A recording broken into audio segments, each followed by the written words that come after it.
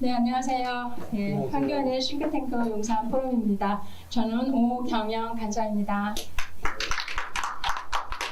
네, 정말 이렇게 비가 오는 궂은 날씨 가운데서도 이렇게 어려운 발걸음 기꺼이 해주셔서 진심으로 감사를 드립니다.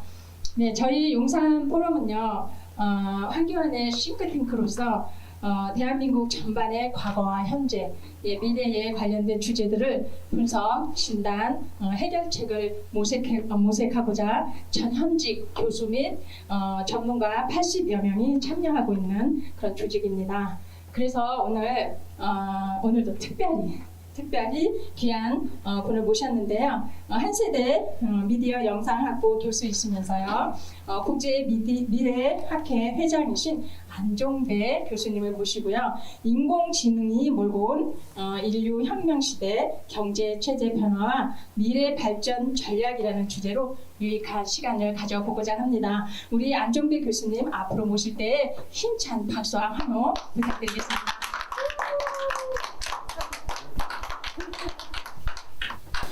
예, 감사합니다. 시작은 이제 5시에 시작해서 6시에는 다 끝내도록 하겠습니다. 예, 내용은 좀 있지만은 가능한 시간은 꼭 맞춰서 끝내도록 하겠습니다. 그래서 여러분도 집중해 주시기 바랍니다. 저는 2000년대부터 이제 미래학을 시작했고요. 그리고 원래 전공은 미디어입니다. 그래서 미디어는 40년 됐습니다. 그래서 미디어 분야에 현업에서 있었고 또 대학에서도 지금 미디어 쪽 한 30년 강의를 하고 있습니다. 요즘처럼 그 미디어를 포함해서 이런 새로운 어떤 변화가 급변하는 시대가 없습니다. 그 원인이 일단 AI가 급속도로 발전하면서 그래 된 거예요. 그래서 어쨌든 우리가 오늘 주제가 이제 인공지능으로 세상이 어떻게 변하는지, 문명이 어떻게 변하는지, 또 특히 오늘 주제 중에 핵심인 경제체제와 산업은 어떻게 변하는지, 또 그에 따라서 우리는 어떤 전략으로 개인 또는 대한민국은 대응을 하면 좋을지에 대해서 한번 나눠보는 시간을 갖도록 하겠습니다. 먼저 우리 일상 한번 살펴보도록 하겠습니다.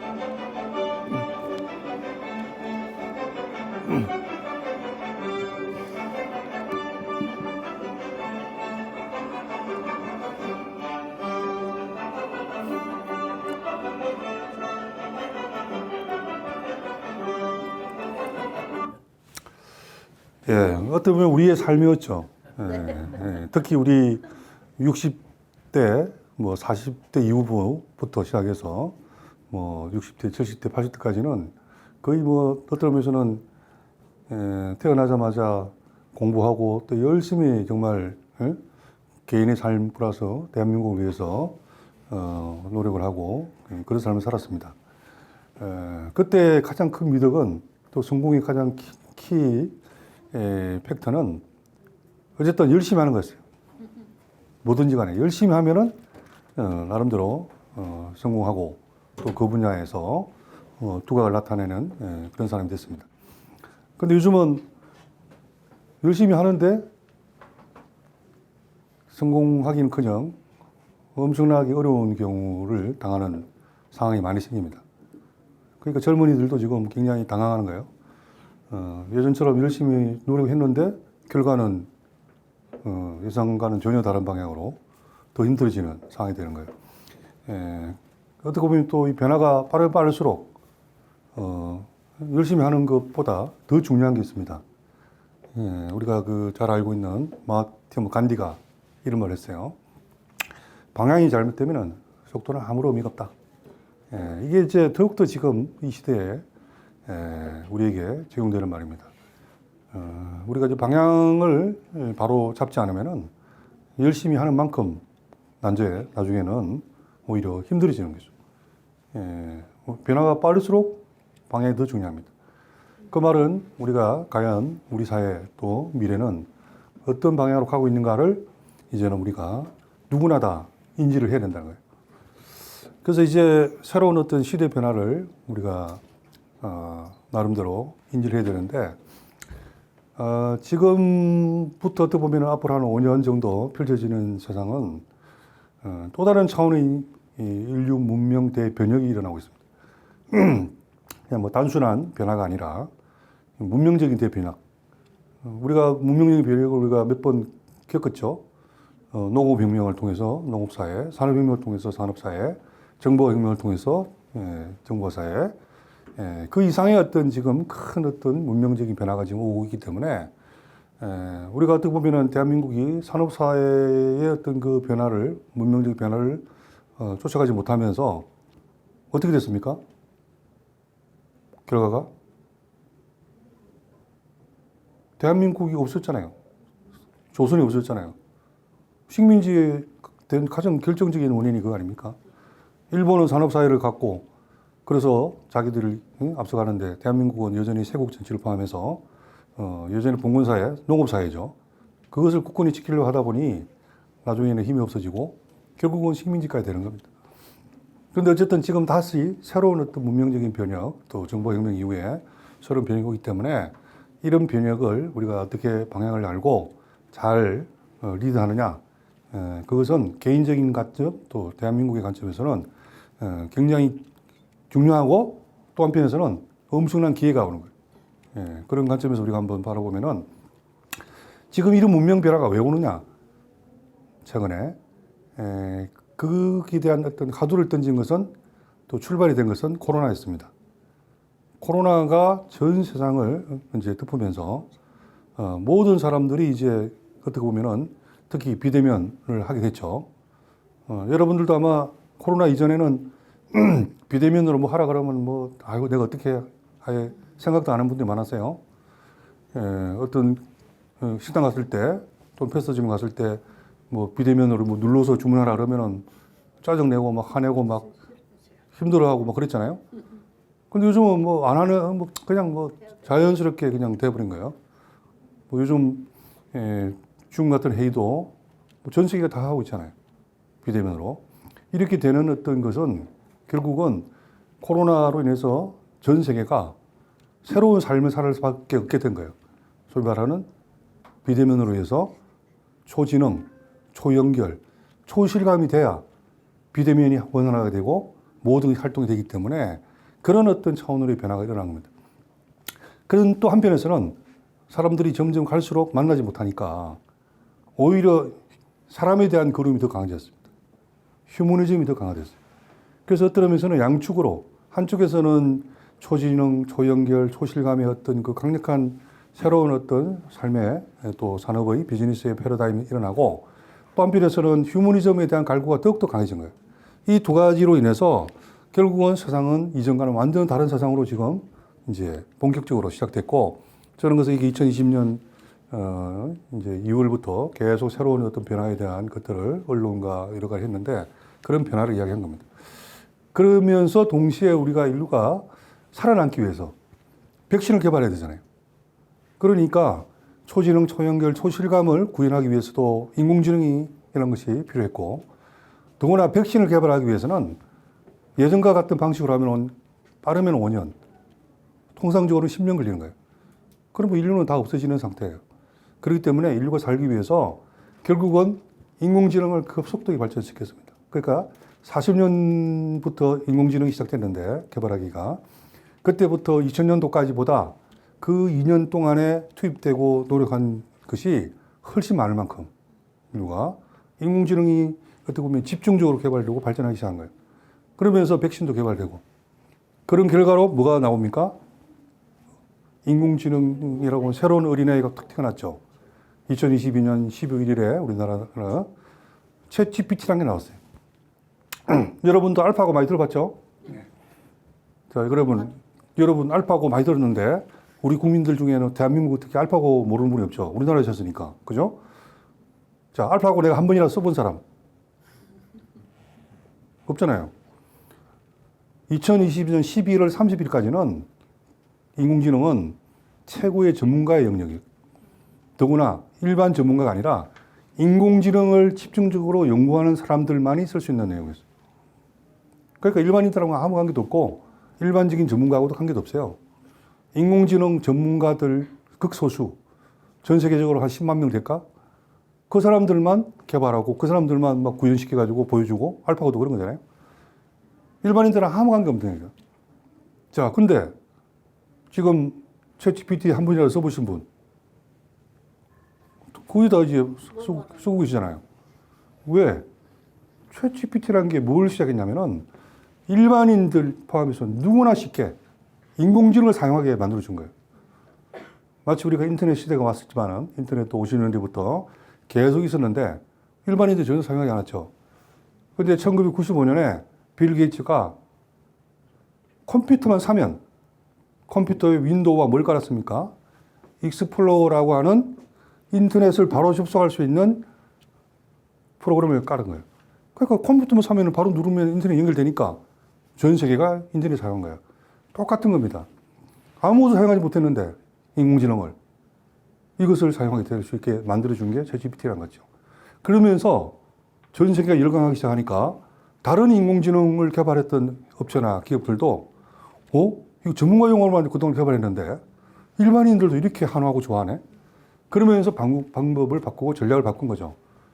모든 사람이 이제 사용해야 되겠다. 그러면서 이제 서서히 거의 모든 인공지능들이 일반인들도 조금만 배우면은 사용할 수 있는 방식으로 바뀌게 되는 겁니다. 그러다 보니까 이제 인공지능이 점점 발전하고 그로 인해 가지고 세상이 이전과는 전혀 다른 세상으로 지금 변화가 되고 있는 거예요. 예. 그게 얼마 안 되는 이 짧은 시간에 지금 급변적으로 변하고 앞으로는 더욱더 변화하는 어떤 그런 상황이 됩니다. 그러니까 말씀드린 것처럼 이제는 새로운 혁명, 문명 대변혁이 일어난 거예요. 저는 이제 그것을 인류혁명이라고 부릅니다. 인간이 이제는 어떤 우리가 가지고 있는 욕구가 그동안의 생리적인 욕구, 편안에 대한 욕구, 또 한편에서는 사람들하고 같이 소속하고 나누고 또 자아실현하고 이런 욕구가 있다가 이제는 자신의 어떤 역량을 초월하고 싶은 생각이 이제 들은 겁니다. 그리고 장소도 초월하고 공간도 초월하고 자기의 역량도 초월하고 그래서 누구나 다 어디 있든지 교류하고 함께 있는 것 같은 느낌을 주면서 모든 것들이 시공을 초월해서 서비스가 되는 사회. 그 사회를 유비쿼터스라는 사회인데 이게 어떻게 보면 진대중 장관이 아주 예전에 이야기했어요. 근데 구현이 전혀 안 됐죠. 근데 지금 실질적으로 구현되기 시작하는 시대가 된 거예요. 인공지능이 들어가니까. 그러니까 초지능, 초연결, 초실감이 되니까 이게 막 구현이 되기 시작하는 사회. 그래서 이제는 우리의 초월적인 어떤 그런 역량, 이런 어떤 그 욕구들이 구현되는 인류혁명 시대가 시작된 거예요. 안녕하세요. 인류혁명 문명 대변혁 새로운 문명이 옵니다. 제3 위물결 이후 새로운 문명 대변혁입니다. 인류혁명 문명 대변혁이 시작되었습니다. 인류는 코로나 팬데믹 이후 기후 위기를 극복하고 챗GPT가 촉발한 인공지능의 급속한 발전에 대응하기 위해 그동안 인류 문명 패러다임의 변화였던 농업혁명, 산업혁명, 정부화혁명, 4차 산업혁명을 넘어 새로운 문명 대변혁 시대로 접어들고 있습니다. 자본주의 경제체제의 핵심 동력이었던 도구혁신을 통한 생산성 향상과 효율화는 인공지능에 의해 극대화되지만 잘못되면 인류가 퇴출되고 부의 양극화가 더욱 심해지게 됩니다. 이제 인류가 공영하고 지구를 지속 가능하게 하기 위해 인간의 역량과 가치가 혁신되는 인류혁명이라는 새로운 문명이 시작되고 있습니다. 인류의 미래를 위해 기후위기를 극복하고 인간다움이 유지되고 인간의 존엄성이 존중되며 인간의 역량이 확장되어 항상 인간이 주체가 되고 인성과 영성이 강화되는 새로운 문명 대변혁인 인류혁명 시대가 도래하고 있습니다. 인류혁명 문명 대변혁에 대비하는 것은 개인, 기업, 기관, 국가 그리고 지구 공동체의 지속가능 미래를 위해 필수 과제가 되고 있습니다. 감사합니다. 예, 저는 그 말씀드린 것처럼 20년간의 이 미래학 그리고 40년 동안의 이 미디어 분야를 하면서 어떻게 보면 제가 그 코로나 온 이후부터 단순한 이렇게 학술적인 또 그런 걸 넘어서 어떤 의미에서는 좀 인류에 대한 소명을 느끼기 시작했습니다. 야, 이 새로운 특히 대한민국에 대해서 이 새로운 어떤 변화와 문명적인 변화가 온다는 것이 보이는데 이것을 어떻게 하면 특히 우리가 잘 준비하고 대응할 수 있게 만들 수 있을까? 그래서 제가 이제 3년간의 어떤 그 지표를 통해서 인류혁명 문명 대변혁이라는 책이 금년 5월 15일 날 나왔거든요. 예, 그래서 어쨌든 나와서 지금도 이제 어쨌든 베스트셀러 올라가 있고요. 그래 이게 지금 다음 달이면 영어로 나옵니다. 예, 그래서 지금 해외 미래학자들이 같이 교류하면서 영어로 나와서 지금 우리가 11월 말에는 또 미국 가서 또 강연을 하기로 돼 있어요. 그래서 이제 서서히 이제 대한민국이 주도하면서 새로운 문명에 대한 어떤 이제 시작을 또 같이 교류하면서 알리고 또 우리 대한민국에서는 이것을 미리 준비하고 이런 관점의 변화가 이제 일어날 것이라고 보고 있고요. 그래서 어쨌든 큰 틀에서는 초지능, 초연결, 초실감이 되면서도 한편에서는 말씀드린 것처럼 휴머니즘이 강화될 수밖에 없다. 왜? 인공지능을 넘어설 수 있는 인간의 역량은 지적 역량이 아니고 우리의 어떤 창의성 또는 우리의 인성, 우리의 영성, 인간다움이에요. 이것을 더 강화시켜주면은 결국은 우리는 인공지능이 아무리 발전해도 우리가 이겨낼 수 있다는 거죠. 그래서 이제 결국은 우리는 인공지능의 활용 역량을 최대한 우리가 익혀서 나의 다양한 역량을 확장시키면서 동시에 우리의 휴머니즘, 우리의 인간다움을 더욱더 강화하는 그런 노력을 하면은 인류는 지속 가능해진다 그래요. 그렇지 않을 때는 인류는 인공지능의 노예가 되든지 아니면 인공지능에 의해서 전멸됩니다. 그거는 뭐 너무나 눈에 보여요. 그렇기 때문에 우리가 지속하기 위해서 또 인간의 어떤 행복을 위해서도 그런 방향으로 우리가 인류혁명의 변화를 끌고 가야 된다는 겁니다. 간단하게 제가 과연 인공지능을 통해서 뭐 여러분들도 뭐 1시간만 배우면 할 수 있는 내용을 한번 알려드릴게요. 제가 이제 그 관련한 책도 이제 쓴 거예요. 이게 작년에 나왔던 책인데요. 인공지능을 활용해서 여러분이 할 수 있는 70가지 방법을 구체적으로 뭘 할 수 있는 방법을 알려드린 거예요. 거기 보면은 뭐 거의 모든 게 다 가능합니다. 실제로. 한 가지만 샘플, 제가 했던 거 하는 샘플 보면은 저는 아주 예전부터 시를 쓰고 싶었어요. 제가 감성이 워낙 뭔가 풍부할 것 같은 느낌 들죠. 그런데 시를 쓰려고 마음만 딱 잡았지 한 줄 딱 쓰는 순간부터 그분이 깜깜해지는 거죠. 노력은 했는데 안 됐어요. 그런데 어쨌든 인공지능이 나오기 시작하면서 제가 이제 저 책을 쓰면서 이 시를 썼습니다. 제가 이제 주로 이 책을 쓰는 곳은 제주도의 바다 카페에서 쓰거든요. 그걸 보니까 막 겨울 바다였는데 겨울 바다가 막 바다에 부딪히면서 하는 모습을 보면서 제가 어떤 그 시심을 느껴서 여기다가 이제 시심을 넣은 거죠. 겨울 바다에서 본다는 제목으로 겨울 바다의 거센 바람과 파도가 바위에 부서지는 모습과 인생의 자유와 치열함 그리고 희망과 새로운 에너지를 비유하는 시를 좀 지어달라. 그걸 요청했어요. 그랬더니 시가 이렇게 쫙 나왔어요. 그래서 나온 걸 가지고 제가 또 이제 얘랑 2시간 동안 주고받으면서 시를 완성했습니다. 그 시를 완성하고 나서 딱 보니까 마치 공모전이 있어가지고 공모전에 공모했더니 이렇게 응모가 됐는데 당선됐습니다. 제 이름으로 당선해가지고 우리나라의 제일 유명한 문예지예요. 이제 당선됐고 기왕 저는 이제 이것을 참 그냥 요즘은 글만 가지고 안 읽으니까 영상으로 해가지고 AR로 보이게 되겠다. AR로 보이기 시작한 거예요. 겨울바다에서 본다. 안종대. 해안의 파도가 하얗게 부서진다. 차갑고 매서운 바람이 휘몰아친다. 검은 바위에 부딪히며 바다가 춤춘다. 겨울바다는 생명의 에너지를 분출하고 있다. 우리는 겨울바다에서 본다. 하얀 파도에서 자유를, 거친 바람으로 치열함을, 검은 바위를 통해 강인함을 우리는 온몸으로 본다. 변화는 새로운 희망의 기회가 되고 역경은 모든 생명의 필수 과정이며 자유는 나를 끊임없이 부서뜨릴 때 가능함을 그리고 이 모든 것은 창조주의 선물인 자연을 경이로움으로 바라볼 수 있는 자만이 누릴 수 있는 특권임을. 이것을 만드는데 저는 한 영상은 한 20분 걸렸고 물론 시는 아까 말씀드린 대로 한 2-3시간 걸린 거죠. 예전에 인공지능이 없을 때 저는 평생을 걸려도 시를 못 썼어요. 그리고 제가 미디어 전공이잖아요. 미디어 전공인데 이 정도의 저희 아바타가 영상을 만들어서 이렇게 말을 하게 만들려면요. 제가 학생들한테 한 10년을 가르쳐야 됩니다. 10년을 배워야 이런 영상을, 왜냐면 이건 프로그래밍까지 들어가 있거든요. 영상 플러스 프로그래밍이 들어가야 됩니다. 10년을 배워야 되는 거를 지금 인공지능이 그냥 방법을 배우고 조금만 익숙하게 배우면은 10분 만에 만들 수 있게 만들어준다는 거예요.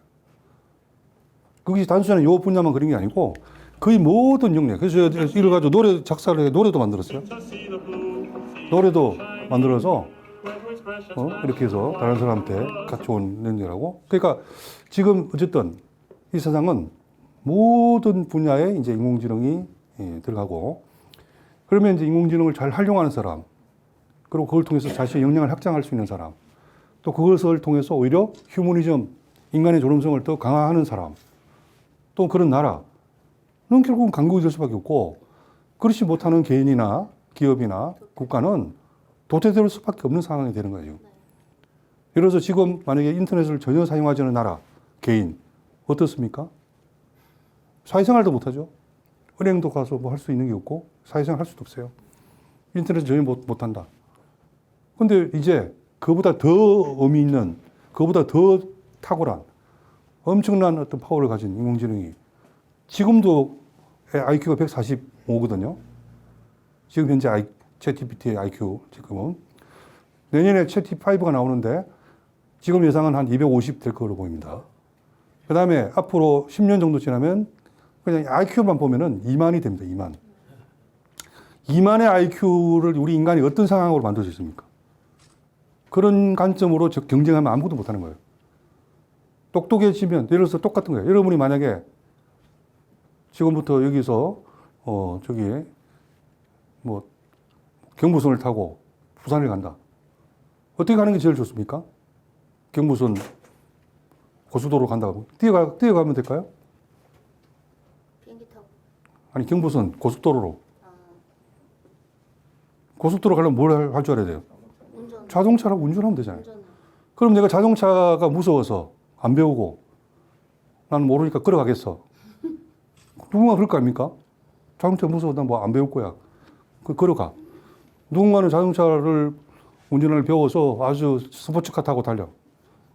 누가 더 빨리 가고 누가 더 시간을 잘 효율적으로 이용할 수 있겠어요? 똑같은 겁니다. 인공지능이 지금 무섭다고 만약에 내가 안 한다. 그러면 결국은 점점 도태돼가지고 아무것도 못하는 사람이 되는 거예요. 그래서 어쨌든 이런 사회가 되고 점점 발전하면서 이제 5가 나오면 이렇게 돼요. 사람하고 별 차이 없어요. 내년도부터 이렇게 나온다는 거예요. 그냥 뭐 전혀 뭐 사람하고 관계없이 됩니다.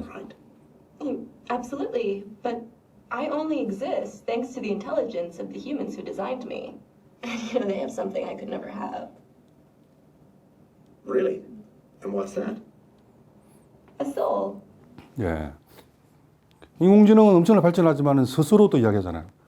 결국은 인간다움, 인성, 영성, 휴머니즘, 이거는 자기들이 어떻게 할 수 없다는 거죠.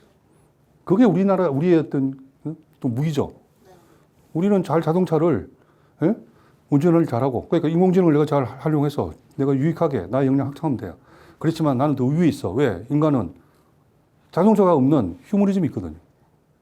그죠?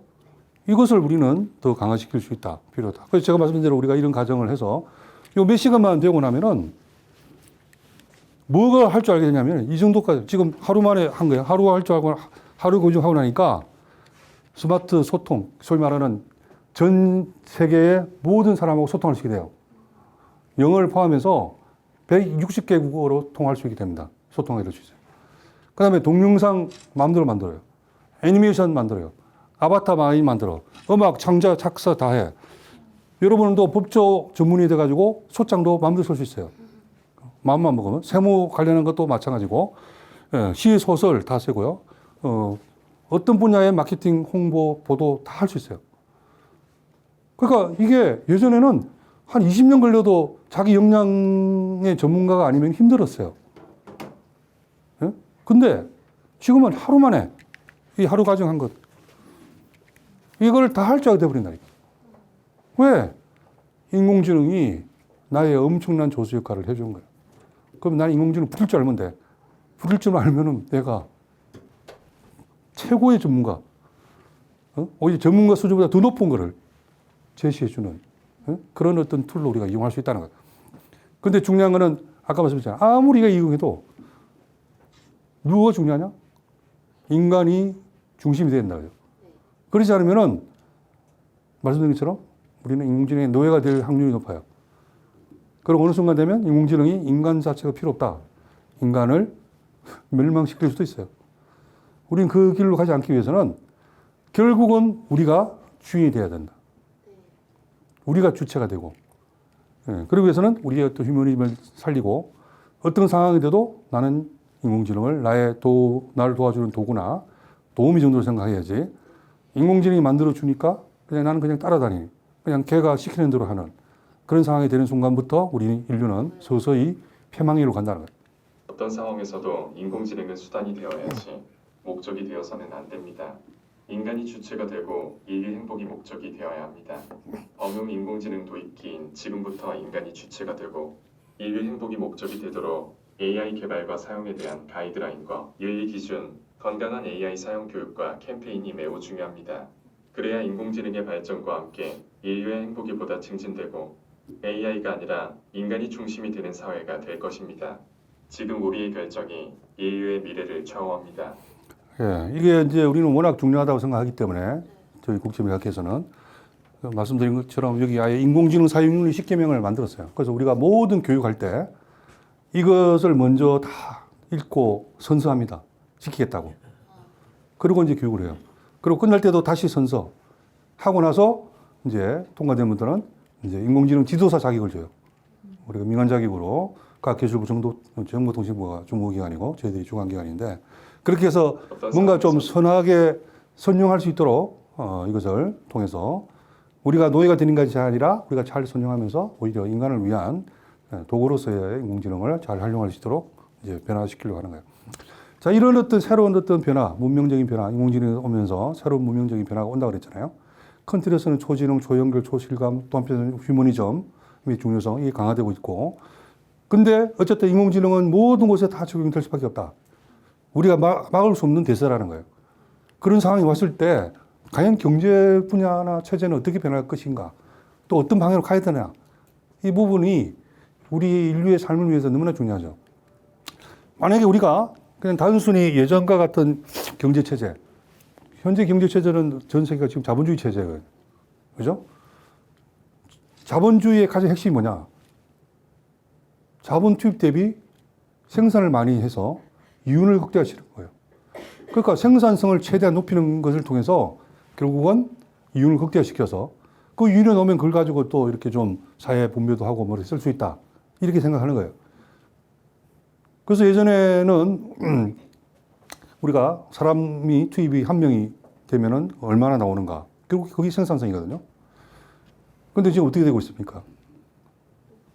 금년 초에 예를 들어서 콜센터 직원들이 20만 명이 우리나라에서 퇴출됐습니다. 금년 초까지. 예전에 직장을 가지고 있었던 20만 명이라고 하는 콜센터 직원들이 인공지능 때문에 퇴출됐어요. 자, 이게 이제 어떻게 되냐? 여기 보세요. 콜센터뿐만 아니라 컴퓨터 프로그래머, 미디어 전문가, 법률 전문가, 시장 리서치 전문가, 교사, 금융 전문가, 주식 트레이너, 그래픽 디자이너, 회계사, 상담 컨설팅 회사. 이 사람들이 이제는 대체될 우선인순위예요.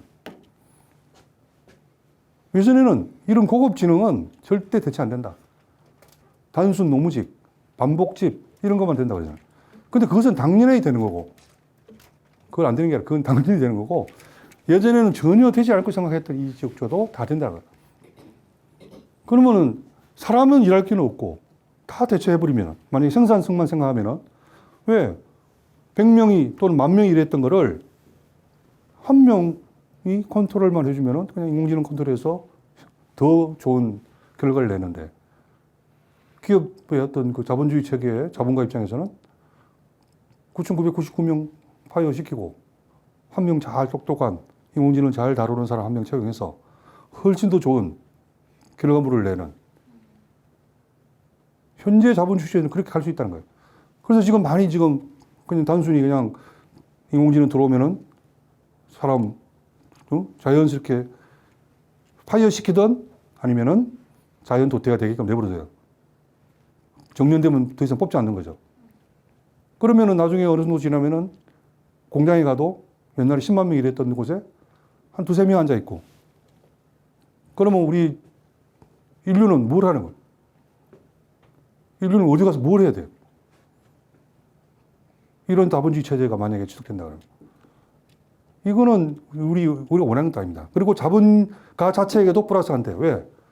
실컷 만들어내는데 소비할 사람이 없잖아요. 누구도 일을 못하고 아무런 수익이 없으면 누가 소비를 합니까? 결국은 자본가도 망하고 다 망하는 거예요. 인류 전체가 망하. 누가만 살아요? 인공지능만 사는 거죠. 인공지능만 살아서 인공지능 세상이 되는 거예요. 이런 사회가 될 가능성이 높아요. 만약에 단순히 자본주의 현재 체제로 그냥 진행되면. 그렇기 때문에 이제는 이것을 넘어서는 자본주의가 필요하다. 그래서 이런 선입견을, 이런 선견을 가진 분들이 이런 다양한 형태의 목소리를 이미 내고 있는 겁니다. 이어령 장관도 이런 목소리를 냈고, 어쨌든 시간 관계상 기본적으로는 휴머니즘을 기본으로 한 자본주의로 이제 가야 된다. 안녕하세요. 안종배 국제미래학회 회장입니다. 이제 경제를 보는 프레임에도 변화가 필요합니다. 몇 퍼센트 경제가 성장했느냐보다는 얼마나 국민이 행복하고 나라의 지속 발전이 가능하냐에 중점을 두어야 합니다. 기업도 과거에는 이윤 창출이 기업 경영의 목표였다며 이제는 사회적 가치에 얼마나 기여하느냐가 중요해졌습니다. 이제 소비자들도 그런 기업을 보고 물건을 삽니다. 디지털 대변역 시대의 변화를 경제 정책으로 담아내는 혁신과 휴머니즘의 프레임이 필요합니다. 새로운 시대 변화를 예측하여 대응하는 혁신, 국민의 행복과 자연의 회복을 지향하는 혁신 휴머니즘 경제를 지향하고 이에 부합하게 경제 시스템과 지능 정책과 법제를 재정비해야 합니다. 감사합니다. 결국은 이제 우리가 어차피 인공지능이 모든 부분에 혁신을 가져오고 인공지능이 다 도입되기 때문에 옛날같이 생산성 위주의 어떤 그 자본주의 경제 체제에서는 모두가 다 망하는 겁니다. 오히려 이제 다시 한번 혁신을 하면서도 거대한 열매를 함께 나눌 수 있는, 그리고 당장 사람이 생산성만 가지면 파이어시켜야 되지만은 그게 아니라 휴머니즘 관점에서는 어떻게 하면 그분이 다시 재교육을 시키든 아니면 그분이 가지고 있는 역량을 발휘하면서 사람이 계속 뭔가 활동할 수 있도록, 산업의 현장, 비즈니스 현장에서, 그러니까 인간 중심의 어떤 경제 체제로 바뀌어야 된다는 거죠. 그렇지 않으면은 인류가 다 힘들어지는 그런 상황이 됩니다. 뭐 얼마 전에 뭐 노벨 경제에서 받은 분들 결국 그런 거예요. 지금 국가가 어떻게 명하느냐, 그런 관점에서도 서서히 지금 이런 새로운 어떤 체제를 우리가 적용할 수 있는 그런 것이 필요하다는 겁니다. 경제 체제의 어떤 그 변화를 넘어서서 이제 생산 요소의 변화도 일어났죠. 여러분, 생산의 3대 요소가 뭡니까? 우리가 뭐 계속 배우고 지금도 교과서에 있어요. 생산의 3대 요소. 토지, 자본, 노동. 자, 여러분, 지금 토지, 자본, 노동이 지금 과연 생산의 3대 요소일까요? 여러분, 생산하려면 토지가 꼭 필요합니까? 예? 노동이, 여기서 말하는 노동은 어떤 일터에 가서, 공장에 가서 일하는 노동을 말하는 거거든요. 그 꼭 일터에서, 공장에서만 일해야 생산이 일어나나요? 또 자본. 여러분이 뭔가 할 때 꼭 뭐 엄청난 자본이 필요합니까? 그러면 빌 게이츠도 없었죠. 어떻게 보면은. 엄청난 자본이 있어야 되었다면. 자본 없이 시작했잖아요. 새로운 어떤 패러다임으로 바뀐 거예요, 이제는. 이미. 그리고 이 인공지능 시대는 이게 더 강화됩니다. 이제는 토지라는 개념이 아니라 공간의 개념. 뭐 디지털이든 오프라인든 온라인이든 관계없이 뭔가 어떤 그 공간의 개념을 바뀌고, 노동은 내가 어떤 업무를 위해서 투입을 한 시간의 개념을 바뀐 겁니다. 장소가 그게 없이. 그 다음에 이제 자본이라는 것 자체는 가치를 내가 만들어내는 데이터, 자신의 데이터, 지적 가치도 데이터죠. 생각을 하고 창의성도, 또는 어떤 그 방대한 어떤 데이터를 내가 가치 있게 만들어가는 그런 어떤 데이터, 역량. 이게 어떻게 보면 지금 자본보다 더 큰 힘을 발휘하는 겁니다. 인공지능 시대가 더 심해져. 왜? 인공지능은 다 데이터에 의해서 다 움직이는 거예요. 거기에다가 나의 창의적인 어떤 데이터가 움직이기 시작하면 거기에 부가가치가 들어가는 거거든요. 그러니까 완전히 새로운 세상이 이제 펼쳐지는 거고, 이를 통해서 새로운 시장이 일어나고, 소비자도 이제 그런 관점으로 서서히 변해요. 단순히 옛날 기능적인 걸 넘어서서 이제는 가치지향적으로. 그리고 이제는 사람들이 내가 값이 비싸고 싸고 이게 중요한 게 아니다. 예전에는 값이 비싸면 뭐 굉장히 뭐 명품이고 싸면 싸고 그러잖아요. 값이 비싸고 중요한 게 아니라 그것을 통해서 나의 어떤 격을 높여주는. 그래서 내가 그 제품, 예를 들어 그 어떤 기업이 정말 가격은 굉장히 저렴하지만은 뭔가 사회적인 활동을 통해서 또 우리 휴머니즘적인 관점에서 인류를 위해서 또는 우리 대한민국을 위해서 굉장히 좋은 일을 하는 그런 기업이라 생각하면은 가격과 관계없이 내가 그걸 삼으로써 나의 격이 높아진다 생각하는 거예요. 반대로 명품인데 온갖 나쁜 짓 다 하고 있어. 그럼 그걸 사면서 내가 그게 높아지겠습니까? 그걸 가지는 순간에 난 창피스러운 거예요. 그러니까 이제는 새로운 차원으로 우리가 소비가 이게 나오기 시작했고 특히 MZ세대는 지금 이런 방향으로 가고 있다는 거예요. 그건 바람직한 거죠. 어떤 의미에서는. 그런 방향. 그래서 MZ세대만 해도 만약에 잘못된 어떤 사회적인 활동한다. 불매운동을 해버려요. 아무리 오래된 기업이라도. 그래서 망하기 시작하는 데 많이 생깁니다. 이런 어떤 경제 체제가 되다 보니까 이제는 새로운 어떤 비즈니스 산업이 이제 생기는데 이 새로운 산업을 이끌어가는데 가장 중심이 되는 기술이 10가지가 있는데 그 10가지의 모든 분야에 인공지능이 일단 들어가고 인공지능이 모든 부분에 들어가고 그러면서도 또 어떻든 그 인공지능을 통해서 또 다른 차원의 기술이 이제 발전하는데 그 10가지를 한번 보겠습니다. 인류혁명 시대 10대 과학기술. 인류혁명 시대엔 인공지능이 빠른 속도로 발전하면서 모든 과학기술과 산업의 근간이 될 것입니다. 이런 관점에서 인류혁명 시대의 핵심이 될 미래 10대 과학기술은 인공지능 기술, 두뇌공학 기술, 바이오 기술, 나노 기술, 만물지능 인터넷 기술, 빅데이터 기술, 양자 컴퓨팅 기술, 헬스케어 기술, 기후환경 테크, 초실감 기술 등입니다. 네, 시간 관계상 넘어가겠습니다. 그리고 이런 기술을 통해서 앞으로 큰 어떤 거대 어떤 산업이 될 게 10가지가 있습니다. 10가지. 이 부분도 뭐 어쨌든 기후변화 포함해서 이렇게 10가지가 있는데 이 부분도 간단하게 요약을 한 걸로 한번 들어보도록 하겠습니다.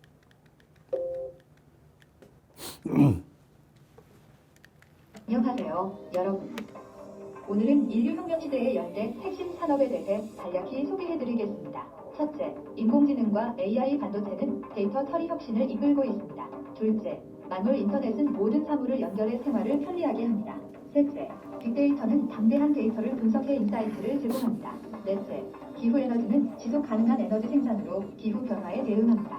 다섯째, 의료바이오는 유전자 편집과 맞춤형 치료로 건강관리를 지원합니다. 여섯째, 우주항공은 우주 탐사와 상업적 비행의 가능성을 열어갑니다. 일곱째, 미래 자동차는 전기차와 자율주행차로 교통 패러다임을 변화시킵니다. 여덟째, 미래가전 및 3D 프린팅은 개인화된 제품 생산을 가능하게 합니다. 아홉째, 드론 로봇은 다양한 분야에서 안전과 편리를 제공합니다. 마지막으로 첨단 실감 콘텐츠는 VR과 AR 기술로 새로운 콘텐츠 소비를 창출합니다. 이처럼 이 10대 산업은 우리의 미래를 형성하는 중요한 요소들입니다. 예. 결국 이제 산업도 이제 어떤 의미에서는 기존의 산업도 완전히 인공지능이 들어가면서 완전히 새로운 어떤 패러다임이 바뀌고 또 예전에는 별로 우리가 산업으로 생각하지 않았던 분야들이 또 한편에서는 엄청난 거대한 산업으로 이제 등장한다는 거예요.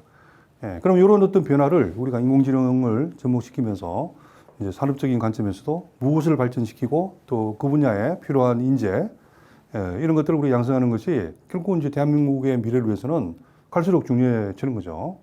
자, 그러면 이제 이를 위해서 우리가 어떤 전략을 우리 개개인이나 또 기관 차원에서는 하면 좋을까는 그것을 한번 전략적인 관점에서 몇 가지만 살펴보면은 두 가지 먼저 살펴보겠습니다. 첫 번째는 어쨌든 이 미래를 우리가 잘 대응하기 위해서는 우리가 어떤 마인드가 있어야 되냐.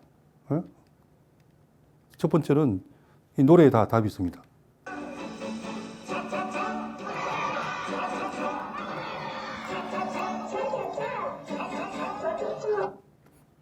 뭐라고 그랬어요?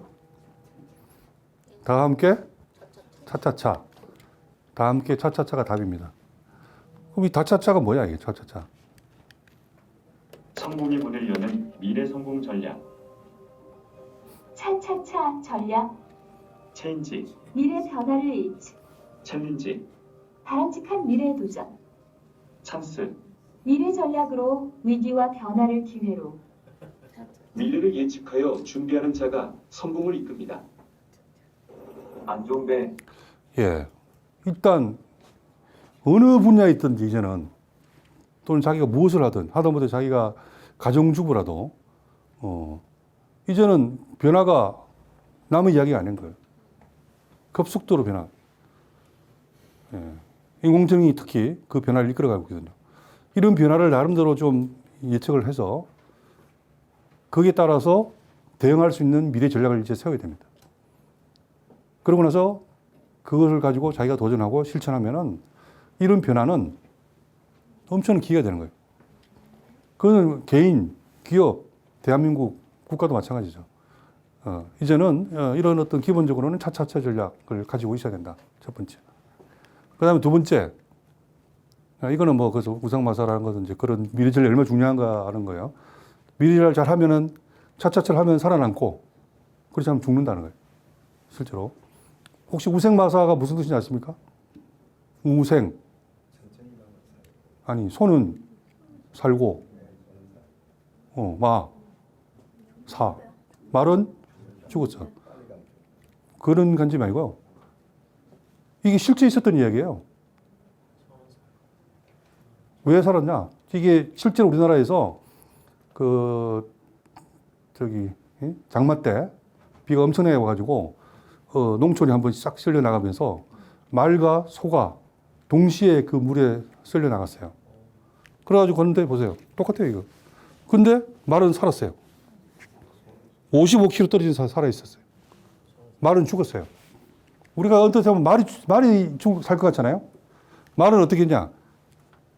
물살과 반대로 가려고 나오려고 길을 쓰다가 죽었어요. 소는 어떻게 해요?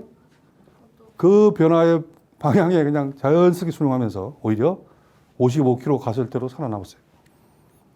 우리가 이 변화를 잘 읽고 거기에 대해서 대응하고 하면은 살아남는 거고, 그 변화를 그냥 길 쓰고 그냥 역행하려면 죽는 거예요. 결국은 이거는 동물도 그런데 우리 사람은 더구나 국가는 더욱더 마찬가지 아니겠습니까? 자, 그 다음에 인공지능 시대가 온다고 그랬잖아요. 그럼 이걸 대응하는 방법은 뭐냐?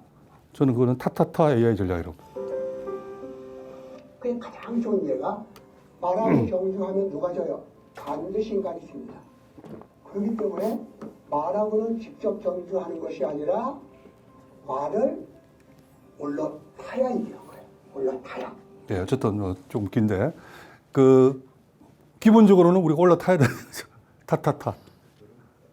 인공지능을 내가 올라타서 내가 부릴 줄 알면 되는 거예요. 예? 그래서 저희들이 국제미래학회가 오랫동안 이제 어떻게 보면 인공지능 관련해서 스타디 하다 보니까 야, 이걸 좀 우리 국민들이 좀 잘 사용할 수 있게끔 해야 되겠다 해가지고 하루 과정으로 우리가 그냥 다 그냥 웬만큼 다 사용할 수 있도록 해주는 거예요. 예, 아까 말씀드린 그런 역량을 아예 강화시킬 수 있도록 해주고, 더구나 또 지도자 자격까지 주고, 인공지능 지도사. 그래서 만든 건데요. 요게 학생들이 배우자마자 바로 만든 겁니다. 그것도 애니메이션으로. AI 같은 기술이 미래를 크게 바꿀 거라고 했잖아. 산업 구조부터 일자리까지 모두 변할 거래. 맞아. 그런데 기술 발전이 인간 존엄성이나 윤리적인 문제를 어떻게 다룰지가 걱정돼. 특히 기후 위기와의 연계가 중요하지. 기술이 인류의 지속 가능성을 고려해야 해. 싱귤레리티가 오면 AI가 인간을 넘어서게 될까? 그래서 인간성과 인성을 강화하는 방향으로 대응해야 한다는 거지. 맞아, 기술은 도구일 뿐 인간적인 가치를 대체할 순 없으니까. 자, 여러분 혹시 이런 정도 애니메이션 만들 수 있는 분 손 들어보세요. 이거 하루 만에 배우고 다 만들어버린 거예요. 근데 이게 누구냐? 이거 만든 분은 65세 할머니가 만들었습니다. 남녀노소 불문하고 이제는 다 가능한 거예요. 단순히 이 애니메이션만 그런 게 아니고 아까 말씀드렸잖아요. 모든 분야의 역량이 다 확장되고 내가 인공지능을 부릴 줄 알고 그 요소에 뭐가 중요한지 그런 것들을 하고 나면은 어떻게 보면 인생이 즐거워질 수 있어요. 예전에는 전혀 못했던 것들, 하고 싶은데 못했던 것들을 막 할 수 있게 되거든요. 영역별로. 그게 지금 무한대로 가고 있다는 거죠. 인공지능의 영역이 모든 분야에 접목되다 보니까. 예. 그래서 이제는 나는 이제 AI를 배우고 안 배우고는 그건 선택이 아니다, 이제는. 필수가 되고 있다, 봅니다. 그래서 우리 이주호 장관도 저희들 국제미래학회 위원이고, 저희들의 2022년 말에는 같이 책도 썼어요. 인공지능 메타버스 미래 전략이라는 책도 같이 공저를 썼는데, 그분도 인공지능의 중요성을 우리 같이 이렇게 알고 있어서, 소식 들었는지 모르겠지만 어제 발표했습니다. 내년부터는 모든 국민, 인공지능을 배우겠다고 하면은 35만 원을 지원해 준다. 어쨌든 모든 국민 그렇게 내년에 인공지능을 어쨌든 그런데 35만 원 받아도 안 할 수도 있겠죠. 근데 그냥 보는 게 아니라 교육 받으면 이제 그 교육비로 이렇게 하는 것 같은데 어쨌든 그만큼 국가에서도 중요하게 생각하는 거예요. 배우라 그죠. 자, 어쨌든 그렇게 이제 해나가고 있고요. 자, 이제 개인이나 어떤 그런 관점이나 기간을 넘어서 저는 이제 이 대한민국이 이 시점에 저는 굉장히 중요한 타임이다. 중요한 걸 넘어서 대한민국에게는 엄청난 저는 기회가 왔다 봐요. 우리가 예전에 산업사회를 늦어서 결국은 뭐 거의 뭐 식민지까지 되고 질리 끌려다니는 그런 상황이 됐지만은 이제는 우리가 선도할 수 있는 기회가 왔어요. 엄청난 선도의 관점. 근데 이게 저의 이야기가 아니고 저랑 교류하고 있는 세계적인 미래학자들의 이야기입니다. 대한민국이 그런 기회가 왔고 그런 역할을 이제 해야 된다. 세계적인 미래, 토마스 프레이 포함해서 거의 뭐 좀, 그러니까 이런 분들이 지금도 지금 어제도 내가 같이 교류하고 있는데 이분들이 계속 우리한테 그런 말을 하는 거예요. 한국이 새로운 시대를 선도하고 리드해라. 예. 작년에 책이 또 나왔죠. 대한민국은 이제는 새우가 아니라 고래다. 예. 대한민국이 세계 2위 강국이 되기 위해서 노력할 수 있고 이제 대한민국 세계를 주도해야 된다. 그 5가지 이유를 또 설명했어요. 브루킹스 연구소 소장이. 국민성, 교육열, 디지털, 동포 네트워크, 건강한 유치, 가치, 윤리. 대한민국 공동체가 가지고 있는 이 윤리와 가치가 전 세계로 퍼져나가야 된다. 특히 우리가 가지고 있는 홍익인간 이런 느낌. 자, 그러다 보니까 지금 어떻게 되고 있습니까? 어쨌든 우리가 꿈에 그렸던 노벨상을 받았잖아요. 우리나라 국격이 없으면 이 노벨상 받을 수가 없어요. 그죠? 어떻게 보면은 저는 거의 70%는 우리나라 국격 때문에 받았다고 봐요, 지금. 거의. 그죠? 그 다음에 지금 뭐 전 세계 뭐 아카데미상 뭐 어떻게 우리가 아카데미상 받을 생각을 했겠죠? 아카데미 작품상. 또 지금도 금년에도 지금 얼마 전에 끝났잖아요. 흑백 요리사? 넷플릭스에서 1위였습니다. 말이 안 되는 상황이에요, 옛날 같으면. 지금 우리나라가 세계 1위 분야가 제조 분야만 해도 스마트폰, D램, OLED, 조선, 반도체, 초박형 TV. 세계 1위예요. 상상을 초월하는 거예요, 지금. 가전은 전 세계에 이미 다 쓰러졌죠. LG나 삼성 없이는 대한민국을 넘어서 전 세계가 가전이 없어져요. 자동차도 지금 뭐 엄청나게 우리가 하고. 그러니까 어쨌든 지금 이렇게 지금 나가고 특히 저는 기독교인이지만은 금년에 지난주까지 전 세계 기독교의 리더들이 한국에 다 왔어요. 3주 전에는 뭐 아시다시피 로잔이라고 해서 전 세계 5,000명이 왔어요. 전 세계 기독교 리더. 그리고 저도 이게 발표했는데 여기 보면 발표했죠. 저도 이게 발표한 것처럼 100개국에서 5-5명씩 대표자를 그 크리스찬 리더십들 중에서 뽑아가지고 알펜시아에서 모여가지고 앞으로 우리 기독교는 세계의 기독교는 어떤 방향으로 가야 되는가 이 논의를 한국에서 했어요. 저도 거기서 이제 AI를 어떻게 활용하냐 이런 내용을 했는데 복음과 기독교의 확산을 위해서. 그러니까 무슨 말입니까? 이 영적 어떤 그 스피릿 이 부분도 지금 한국으로 다 모이고 있다니까. 지금 한국이 거의 모든 것의 중심지로 어떻게 보면 되고 있는 거예요. 한국에서 뭘 하면은 돈 자비로도 오는 거예요, 이제는. 예전에는 돈 줘도 안 왔어요. 이런 상황이 되고 있다는 거예요. 그만큼 왜? 대한민국에 대한 엄청난 매력을 느끼고 있기 때문에. 분야별로, 영역별로, 전체적으로. 이런 걸 우리가 어떻게 활용할 수 있느냐? 저는 이, 어떻게 보면은, 물이 들어왔을 때, 노을 줘야죠. 이렇게 좋을 때, 전 세계의 미래의 흡으로 만들자. 대한민국. 그래서 저는 그 구체적으로 세계 미래 대회를 한국에서 개최해야 된다. 그 제를 준비하고 있습니다, 제가.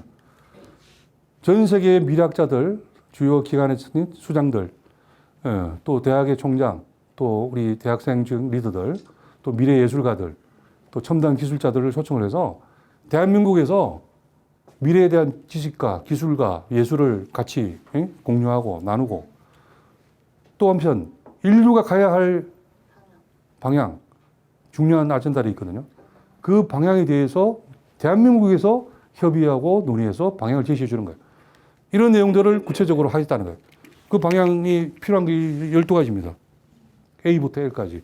저출산 고령화, 바이오, 기후변화 에너지, 인공지능, 교육혁명, 인성과 영성, 따뜻한 경제, 건강한 삶, 미래산업, 직업 일자리, 세계 평화와 정의, 지역균형 발전. 이 인류와 지구가 지속 가능하기 위해서는 이거에 대한 논의가 있어야 되거든요. 근데 이 종합적인 논의가 전혀 없어요. 부분이든 몰라도. 대한민국에서 지식, 미래에 대한 지식, 기술, 예술 이런 것을 나눈과 동시에 인류가 가야 할 방향까지 나누자는 거예요. 그러면 자연스럽게 대한민국은 미래의 지식과 기술과 산업과 예술과 인류에 가야 할 방향까지도 제시해주는 미래의 허브가 될 수밖에 없어요. 저는 그래서 이 세계 미래대회를 한국에서 개최하자 고 제안하고, 또 이 결과는 그냥 끝나는 게 아니라 우리가 가지고 있는 인공지능과 메타버스 기술을 통해서 세계 미래 AI 메타 도성을 만들어서 거기다가 전 세계에 공유할 수 있도록 하고, 그러면 지속적으로 한국이 영향을 미치는 거죠. 1년 내내 영향을 미치고. 그리고 우리가 매년 함으로써 어떻게 보면 다보스는 완전히 지금 거의 서서히 거의 이제 로비의 온상으로 되고 있어요. 다보스가 아니라 정말 인류를 위한 다보스보다 훨씬 더 파워풀한 그런 세계 미래를 대한민국에서 하자. 저는 그렇게 생각하고 할 수 있다. 그거 보고 있고. 네, 뉴스톤의 이슈메이커 시작하겠습니다. 오늘은 국제미래학회와 인공지능 메타버스 포럼의 회장을 맡고 계신 안동배 회장과 이야기를 나눠보겠습니다. 어서 오세요. 안녕하세요. 네, 안녕하세요. 자, 국제미래학회가 국내에 세계 미래대회 개최와 또 세계 미래 AI 메타도서관 구축을 추진하고 있습니다. 이에 대한 취지와 내용을 좀 소개를 해주신다면요. 예, 아시다시피 코로나와 챗GPT 인공지능이 출현한 이후에 세상은 급변하고 있죠.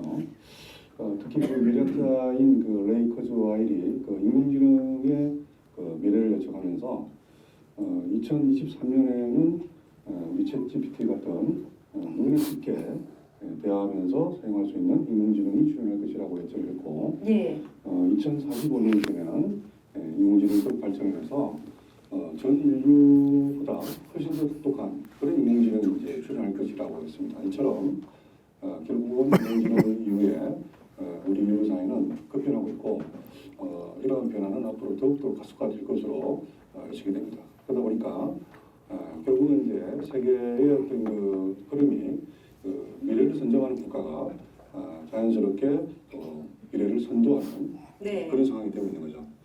그래서 전 세계 그 미래학자와 또 그 국내 적각들이 함께 한 500명이 같이 하고 있는 국제 미래학회에서 전 세계 미래학자와 또 그 국회 그 연구기관의 수장들 그리고 세계의 어떤 그 미래 대학의 그 총장님들 그리고 이제 미래를 선도하는 그런 어떤 미래 리더들을 함께 모여서 미래 지식을 나누고 또 미래 첨단 기술과 제품이 어떻게 흘러가는지 또 미래 예술은 어떤 것이 가능한지를 처음 선보이는 일종의 이제 미래 세계 축제가 되겠죠. 네. 그런 세계 미래 대회가 이제 개최가 되고요. 이런 내용들을 전체적으로 담아서 그리고 또 함께 최근에 어떤 그 인공지능과 메타버스의 최신 기술을 활용해서 초지능, 초연결, 초실감이 구현되는 그걸 통해서 자연스럽게 우선 세계의 지식들을 공유하면서 또 세계의 어떤 방향을 함께 미래 사랑방을 만들어서 나눌 수 있는 세계 미래 AI 메타 도서관을 구축하려고 하는 겁니다.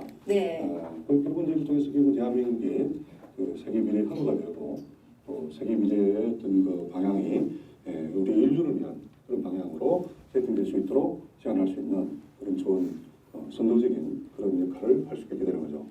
네. 자, 그래서 일단 우리가 어떤 의미에서 대한민국이 온 좋은 지금 시대적인 기회잖아요.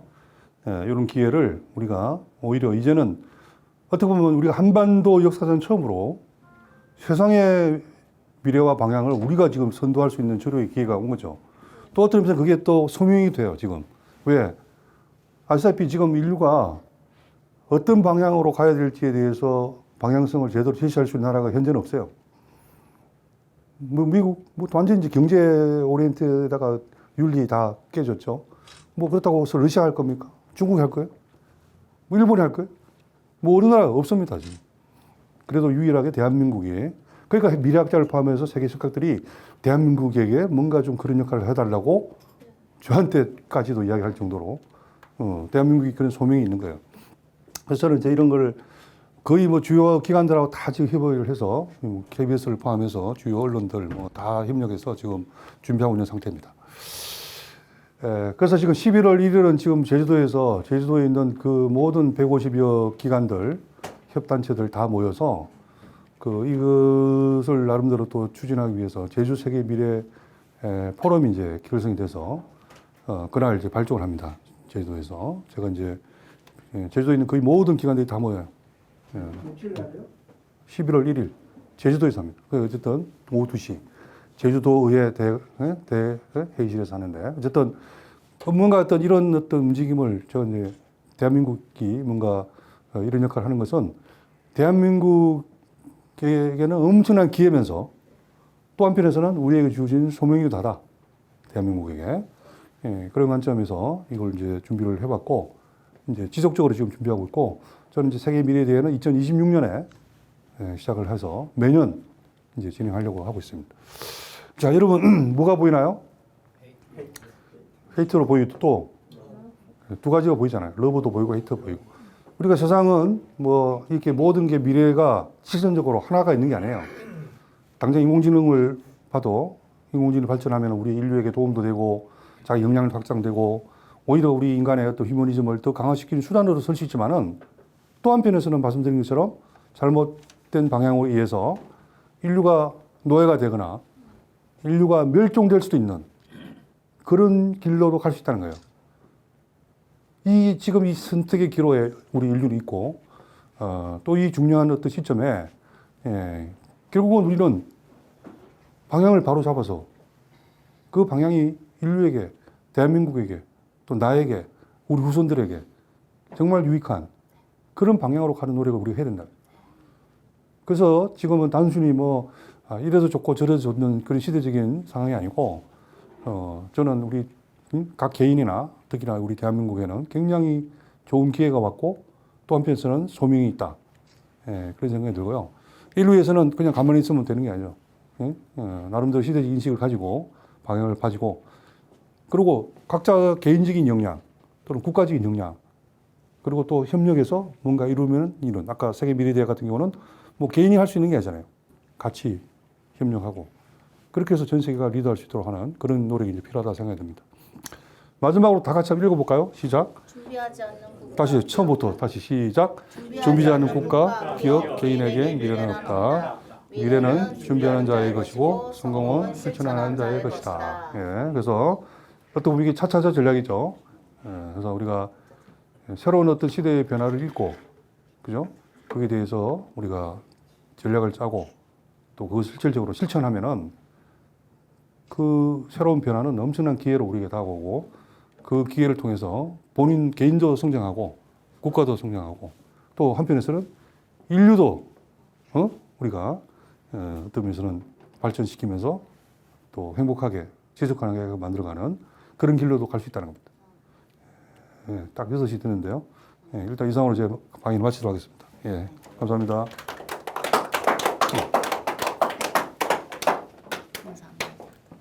다만 전년하고 미래학회 소개를 해요? 2026년입니다. 2026년. 예? 전쟁이 안 일어나도록 노력을 하고 기도해 주세요.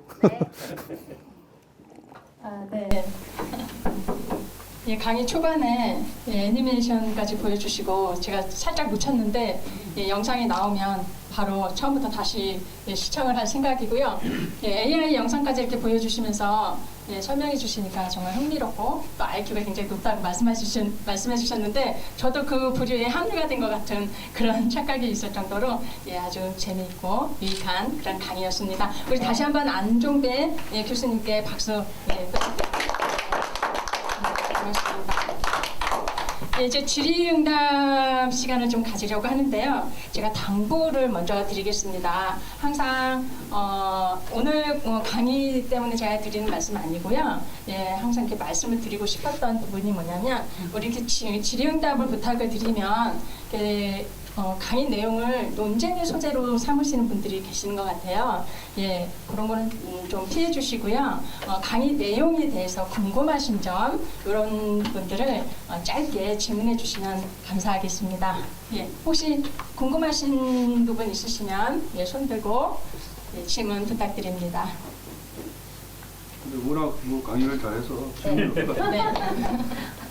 혹시 그 미래에는 국회의원 없을 수 있을 것 같아요. 네, 우리 아니 그 책에도 이렇게 나와 있어요. 책에도 나와 있는데 이미 해외에서도 그 인공지능 국회의원도 나와 있고, 응? 또 우리가 조사를 한 결과고 앞으로는 예를 들어서 인공지능이 오히려 이 국회의원 역할, 뭐 국회의원이라는 역할 있잖아요. 국가의 어떤 중요한 법률을 만든다든지 정책에 대한 어떤 그 감사 이런 걸 할 때 인공지능을 활용하는 게 나으냐, 현재의 국회의원을 계속하는 게 나으냐, 누가 더 낫다고 생각할 것 같아요? 여러분들도 이미 다 그렇잖아요. 그러니까 이미 해외에서도 그 조사를 했는데 전 세계적으로 이미 한 60%에서 많을 때는 나라별로 80%가 인공지능으로 빨리 바꿔야 된다. 그러고 있을 정도로 현재의 정치인들에 대한 불신과 또 불만과 또 어떤 면에서는 대체 가능성까지도 이제 생기고 있는 거죠. 투표는 뭐 거의 뭐 이제 충분히 이제 앞으로 직접 민주주의가 될 만큼 직접 민주주의 갈 수 있겠죠. 충분히 가능할 방향으로 더 가능해지고요. 여기에다가 이제 블록체인을 포함한 보안까지 다 결합이 되면서 이제 그걸 도입 안 하려고 이제 정치인들을 막으려고 하겠지만 언젠가는 또 기득권들이 될 수밖에 없는 상황이 될 수도 있겠죠. 그러면 정치는 없어요? 네, 네, 질문. 네. 아까 그 토지 노동 자본이 공간 시간 데이터가 참그 좋은 아이디어가 함께. 죄송하지만 조금 크게 말씀해 주세요. 지금 네, 영상에 녹음이 돼야 되니까. 토지 노동 자본이 이제 그 3요소지 않습니까? 경제 활동을. 그런데 이제 그게 공간 시간 데이터로 간다 그런데 이제 토지는 공간은 이해가 가겠어요. 제가 뭐 사이버 공간 이렇게 또 갈 수가 있는 것 같은데 또 공간이 옛날에 대규모 토지가 도시 같은데 소규모 그 공간이 필요한 그런 걸로 갈 것 같고 또 노동이 시간이 된다 그러는데 이거는 그래도 결국 노동의 질 문제 아닙니까? 이게 결국 육체 노동에서 지식 노동으로 바뀌는 이런 개념 아닌가요? 그때 말한 노동은 무슨 말이냐면 내가 아침에 네. 일어나서 공장을 가든 뭐 사무실을 가든 일터에 가서 9시부터 뭐 5시간이면 5시까지 이 시간이 노동의 시간이에요. 실제로 그 노동이 이제 필요하다 했던 게 이제 그 개념으로 노동이잖아요. 근데 이제 가면 갈수록 우리가 저도 제주도에 있으면 그 워케이션이라고 해서 와서 그냥 놀면서 일하는 사람 많아가지고 있거든요. 그러니까 장소에 관계없이 근데 장소에 없이 있다고 그냥 어디 가 있다. 그럼 그 사람이 일하는지 안 어떻게 알아요? 그게 아니라 근무에 자기가 얼마나 많은 시간을 투입하느냐. 그러니까 이제는 장소에 관계없다는 거죠. 장소에 불문해지는 거고 자기 시간을 근무에 투입하는 그 자체가 그것을 어떻게 보면은 예전의 노동이 그걸로 대체가 되는 상황이 되는 거죠. 옛날처럼 그러니까 예전에는 9시부터 뭐 해가지고 이제 그걸 또 컨트롤하려고 하다못해 이게 그 카드까지 했잖아요. 아침에 출근하고 끊고 나갈 때 끊고 그 정도까지로 어떤 뭐 기술을 발전시켜 갖고 어떤 뭐 노동을 그렇게 컨트롤하려고 했던 거죠. 근데 그게 어떤 면에서는 이제 전혀 무의미 창조적인 노동으로 창조적을 넘어서서 어쨌든 업무 자체를 뭐 어디서든 간에 뭐 누군가는 뭐 공장 가서 일할 수 있을 것이고 누군가는 할 수 있지만은 이제는 장소를 넘어서 얼마나 자기가 실질적인 업무에 투입하느냐 이 시간 개념으로 이제 바뀌는 개념입니다. 네, 질문은 여기까지만 하겠습니다. 예, 죄송합니다. 예, 그리고 이제 끝나고 나서 예, 잠깐 대화 나누시면서 궁금하신 점 여쭤보시면 될 것 같습니다.